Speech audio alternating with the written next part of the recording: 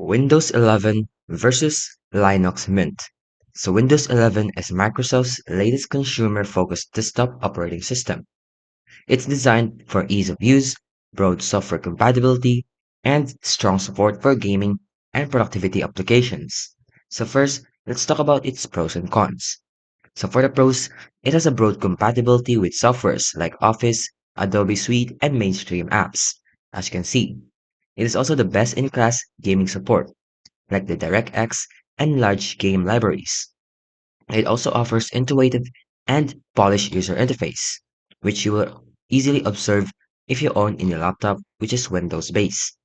It also has an extensive hardware driver support, although there are some cons to consider. It is a paid license, so it is required to pay. There are also some heavier system resource usage, so it's not minimum and recommended for an efficient PC usage. And it also has a frequent update that can interrupt your workflow. Now for Linux Mint.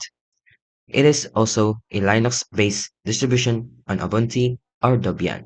So it's designed to be easy for Linux users and stable, efficient with a familiar desktop experience that's ideal for everyday computing without complexity.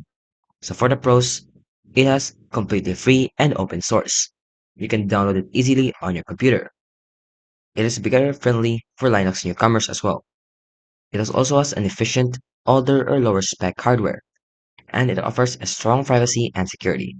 The cons though, it has limited support for proprietary softwares, and some hardware drivers may need some manual setups.